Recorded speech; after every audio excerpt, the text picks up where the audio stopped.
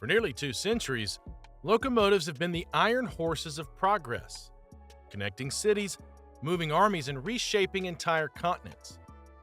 But hidden in that history are machines that don't quite fit the story we tell ourselves about trains. Strange experiments, bold gambles, engineering decisions that made people scratch their heads and ask, what were they thinking? Some of these locomotives succeeded beyond anyone's wildest dreams. Others became spectacular failures, forgotten footnotes in the margins of railroad history. But all of them share one thing in common. They defied the logic of their time. They challenged convention, broke rules, and dared to ask whether trains could be something more than steel wheels on iron rails. Today, we're counting down the 10 strangest locomotive engines ever built. Machines that push the boundaries of physics, economics, and common sense. Some were brilliant, some were disasters, but all of them were unforgettable. Before we start the countdown, hit that like button and hit subscribe if you think you can guess which of these 10 actually succeeded. Let's see if you're right. Let's begin. Our journey begins in 1926 in industrial northern England, where Kitson and Company attempted something that sounded almost impossible. They set out to build a locomotive that was both steam and diesel at the same time, not switching between the two, but running both systems together in a single engine. It was a bold attempt to merge two eras of rail technology, just as steam was fading and diesel was still proving itself. The result was the Kitson steel locomotive, a hybrid designed to capture the strengths of both worlds. It used a two-stroke diesel engine, but instead of wasting exhaust heat, it redirected that energy to produce steam, which powered additional pistons. On paper, the idea was brilliant. Greater efficiency, more power, and better fuel use than a conventional locomotive. In reality, it was incredibly complex. The machine demanded constant maintenance and technical expertise that most rail crews simply didn't have. Although it technically worked and did haul trains, it was too complicated and costly for everyday service. Only a few were built, and they spent more time being adjusted than operating. As diesel technology quickly improved, the hybrid concept lost its purpose. The Kitson steel faded into history, an ambitious experiment that proved how far engineers were willing to go in uncertain times. But as strange as steam diesel hybrid might sound, it was nothing compared to what came next. In 1930, Germany was obsessed with reclaiming prestige through speed. Engineer Franz Kruckenberg believed the future of rail lay not in heavier locomotives, but in radical design. His creation, the Schienen Zeppelin, looked more like an airship than a train. A sleek aluminum rail car powered by a massive aircraft propeller mounted at the rear. It wasn't a traditional locomotive at all. The BMW aircraft engine spun a 12-foot propeller that pushed the lightweight body forward with pure thrust. There was no boiler or diesel system, just aerodynamic ambition. On June 21, 1931, during a run between Berlin and Hamburg, it reached 230 kilometers per hour. That's 143 miles per hour, becoming the fastest train in the world at a time when most struggled to reach 100. But the design had serious flaws. It couldn't pull additional cars, making it useless for freight or expanded passenger service. The exposed propeller was dangerous, the noise overwhelming, and the fuel consumption high. Only one was built, and it was eventually dismantled during World War II. The Schienen Zeppelin proved extraordinary speed was possible, but it also showed that speed alone couldn't sustain a railway. That silver streak was bold, and it opened the door to even stranger ideas. While Germany tested propellers, Britain explored turbines. Not jets, but steam turbines like those powering massive ocean liners. In 1935, the London, Midland, and Scottish Railway built the turbomotive, replacing pistons with a high-pressure steam turbine that drove the wheels through gears. Smooth, powerful, and elegant in theory, it promised a new era of steam efficiency. In practice, it was a challenge. Turbines excelled at speed but struggled from a standstill, demanding massive steam output. The gearing was complex, maintenance was constant, and costs were high. The turbomotive ran for over a decade, hauling express trains, but remained a one-off. Damaged in 1952, it was never repaired as diesels and electrics were already taking over. Still, it proved engineers could push steam beyond its limits and that bold ideas, even impractical ones, define the world of strange locomotives.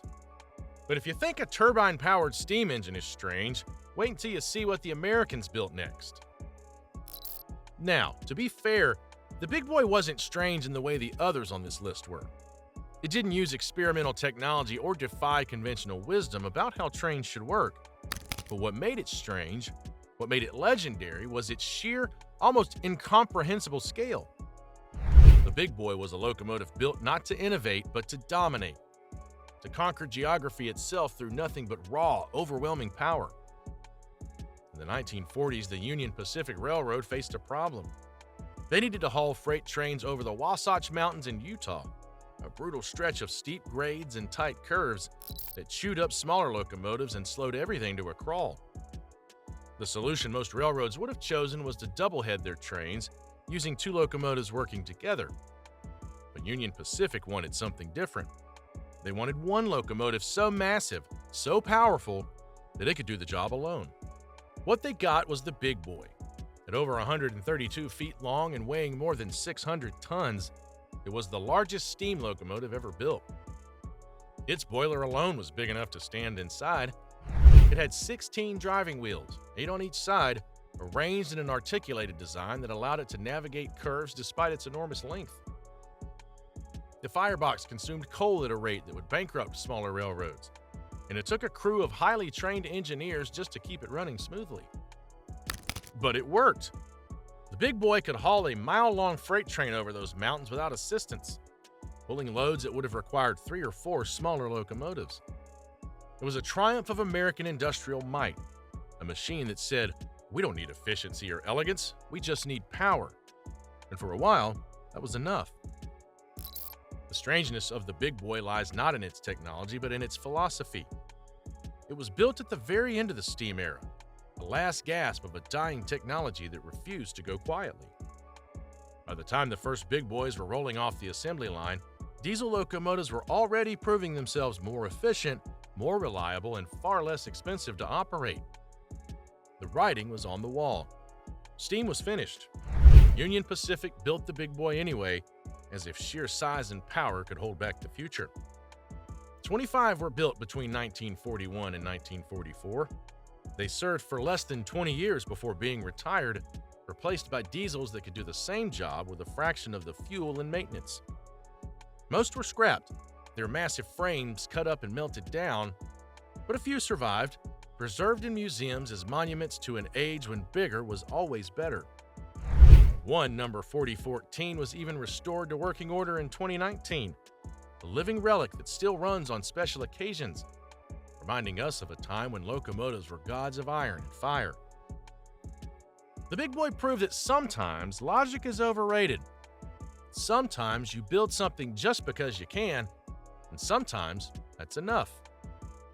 But while America was building bigger, Europe was building stranger. Most locomotives have their cab at the back, behind the boiler. It's a simple, logical design that keeps the crew away from the worst of the heat and smoke. The logic goes out the window when you're trying to run trains through mountain tunnels filled with choking smoke and deadly fumes. That's the problem the Southern Pacific Railroad faced in the early 1900s, and their solution was to do something that seemed absolutely insane: with the cab at the front. The cab-forward locomotives were built specifically for the Sierra Nevada mountains, where long tunnels and steep grades created a deadly combination. In a conventional locomotive, the crew sat at the back, directly behind the firebox and smokestack. When the train entered a tunnel, smoke and hot gases would fill the cab, choking the engineers and making it nearly impossible to see or breathe. Men died. Locomotives stalled. Trains were delayed for hours while crews recovered from smoke inhalation. Southern Pacific's solution was radical. They flipped the entire locomotive around. The cab went to the front, the firebox and boiler stretched out behind, and the tender was coupled in reverse. It looked wrong, like someone had assembled the locomotive backward by mistake, but it worked. With the cab at the front, crews could see clearly, breathe fresh air, and operate in relative comfort even in the longest, smokiest tunnels. Of course, flipping a locomotive around created a whole new set of problems. The crew was now sitting directly above the front wheels, feeling every bump and jolt of the track. Oil, rather than coal, had to be used as fuel because it could be piped forward to the firebox without the need for a traditional coal tender. The entire design had to be rethought, re-engineered, and rebuilt from the ground up.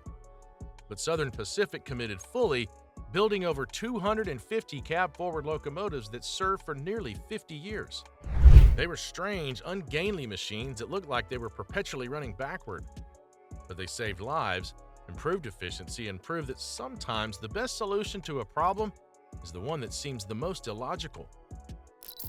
When steam finally gave way to diesel in the 1950s, the cab-forwards were retired, their unique design no longer necessary in an age of cleaner, more efficient engines. But their legacy remains. They showed that innovation doesn't always mean building something new. Sometimes it means taking something familiar and turning it completely upside down. And speaking of upside down, let's talk about locomotives that abandoned rails altogether. In 1930, a Scottish inventor named George Binney looked at the state of rail transportation and decided it was all wrong. Trains were too slow, too heavy, and too dependent on friction between steel wheels and steel rails. What if, he wondered, trains didn't run on the rails at all? What if they hung beneath them, suspended in the air, propelled by aircraft propellers? The result was the Binney railplane, a machine so bizarre that it's difficult to describe without sounding like you're making it up. It was a streamlined passenger car shaped like an airplane fuselage, suspended from an overhead rail by a series of wheels and cables.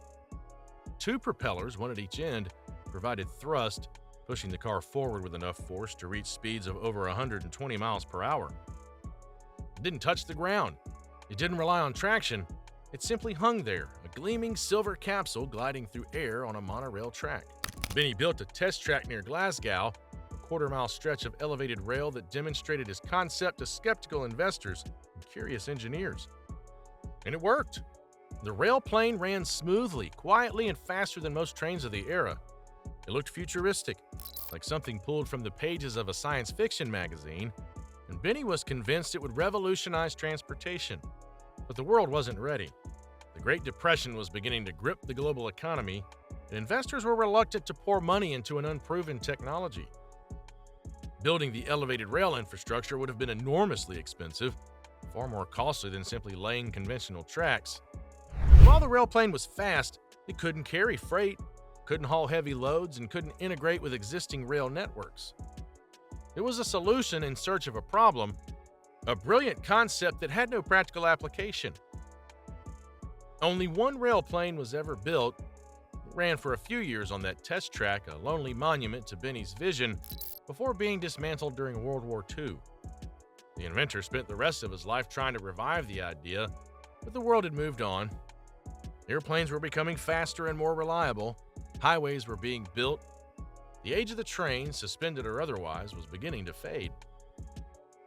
The railplane was a beautiful failure, a machine that proved that sometimes the best ideas are simply ahead of their time. Or perhaps, as some historians suggest, they're ideas that will never have their time at all. But while Binney was dreaming of suspended trains, America was about to try something even more outrageous. In the 1950s, General Electric and the Union Pacific Railroad made a decision that seemed to border on madness. They decided to take jet turbine engines, the same kind used in military aircraft, and mount them on locomotives. Not steam turbines, not diesel turbines, actual gas turbines burning fuel oil and spitting out exhaust at temperatures hot enough to melt steel. These were the GE gas turbine locomotives, and they were monsters. They didn't sound like trains. They sounded like airplanes preparing for takeoff, a screaming, roaring cacophony that announced their presence from miles away. They burned fuel at a rate that would make a diesel engineer weep, consuming thousands of gallons on a single run. They produced so much heat that standing near the exhaust could cause serious burns, and yet for a brief period in the 1950s and 60s, they were some of the most powerful locomotives in America. The concept was simple. Gas turbines produce enormous amounts of power relative to their size. A turbine that could fit in the nose of a fighter jet could generate enough horsepower to haul a freight train across the continent. General Electric fresh off wartime contracts building jet engines, saw an opportunity to adapt that technology for the rails. Union Pacific, always looking for ways to move more freight with fewer locomotives, was willing to take that gamble. The first generation of turbines, delivered in the late 1940s, were promising but flawed. They were loud, hot, and required enormous amounts of fuel. But they were powerful, capable of pulling loads that would have required multiple diesel locomotives. Union Pacific ordered more, and General Electric kept improving the design. By the second and third generations, these locomotives were hauling freight trains across the American West, their distinctive scream echoing across deserts and mountains. But the economics never quite worked out. Gas turbines are incredibly efficient at high speeds and high power outputs, but they're terrible at idling or low speeds. Freight trains, by their nature, spend a lot of time idling, waiting in yards, crawling through sidings. Every minute spent at low power was a minute wasted burning fuel without producing useful work.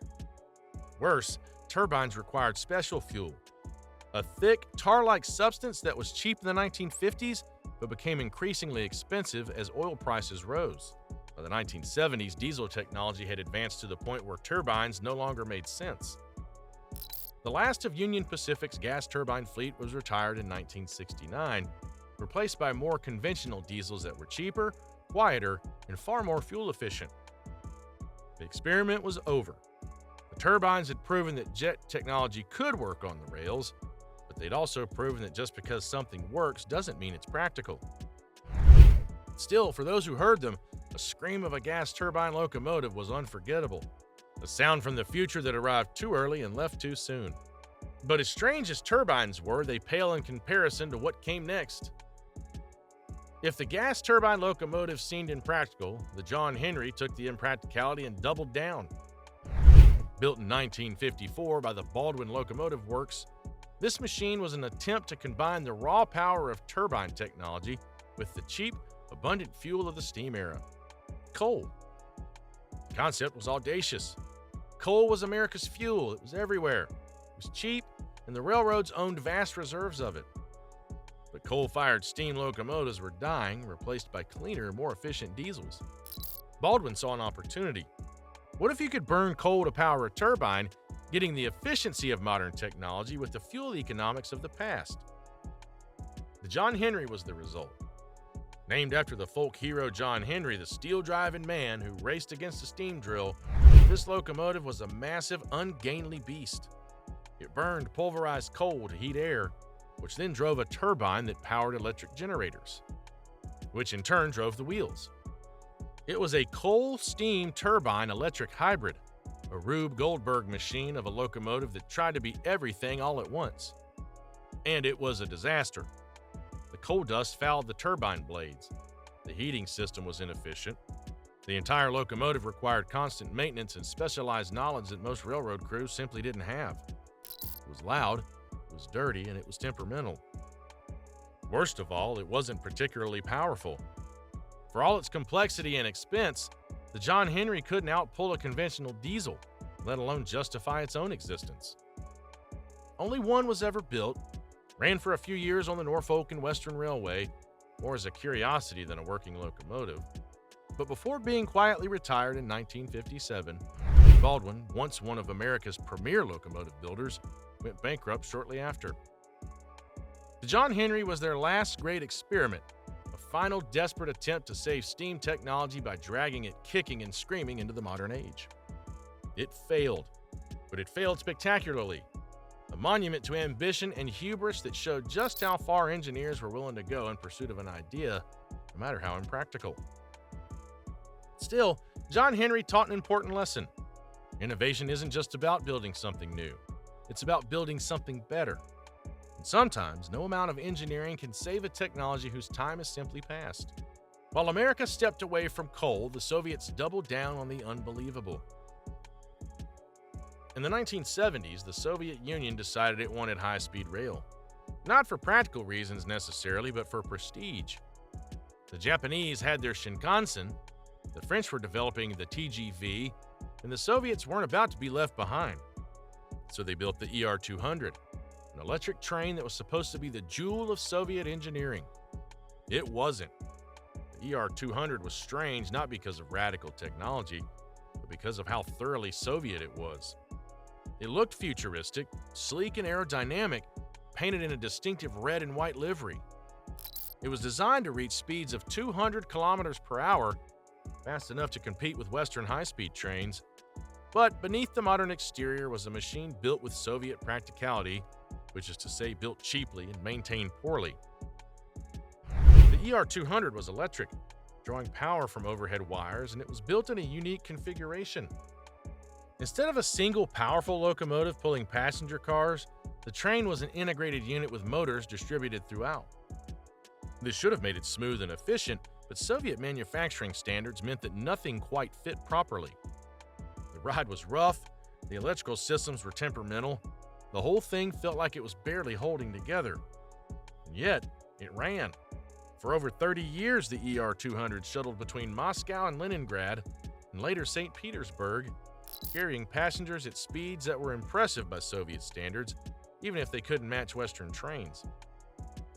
It was never reliable, never comfortable, and never quite lived up to its promise, but it was theirs, a symbol of Soviet technological ambition that refused to die even as the Soviet Union itself collapsed.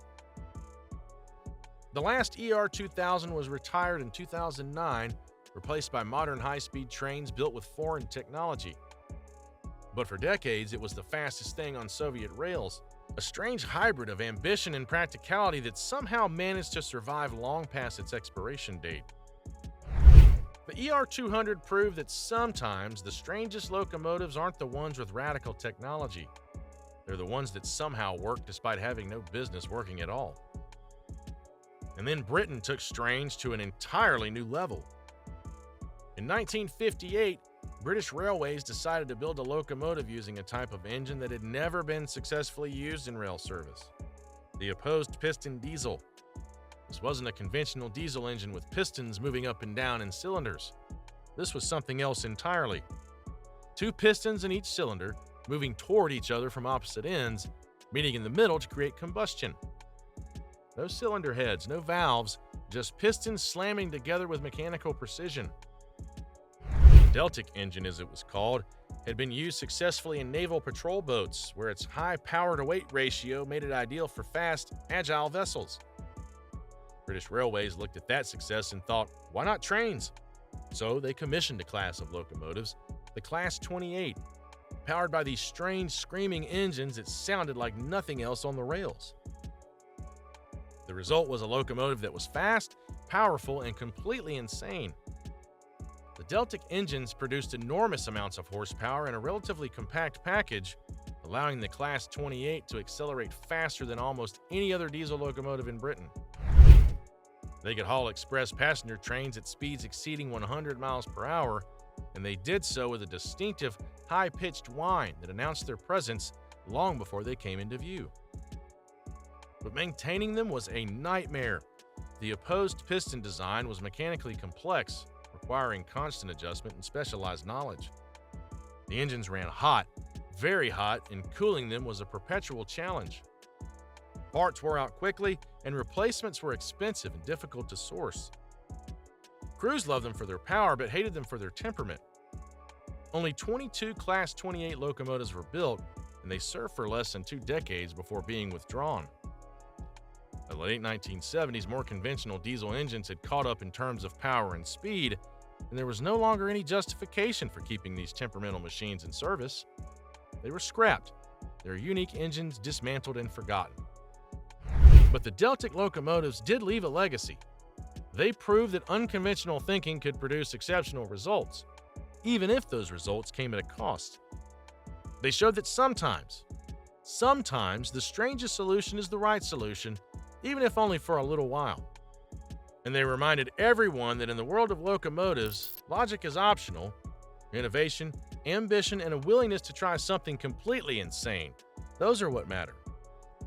But those wild experiments didn't last forever. Today, locomotives are efficient, reliable, and conventional. The era of propellers and turbine-powered trains is gone, replaced by careful optimization. Yet, those strange machines left behind a powerful lesson. Progress isn't born from caution. It it comes from bold ideas and impossible questions. The strangest locomotives were more than steel and machinery. They were dreams built on ambition, and even when they failed, they proved that daring to try still mattered. Hit that like button and subscribe for more stories about the machines that changed our world, one bizarre idea at a time. Thank you for watching, and I'll see you in the next one.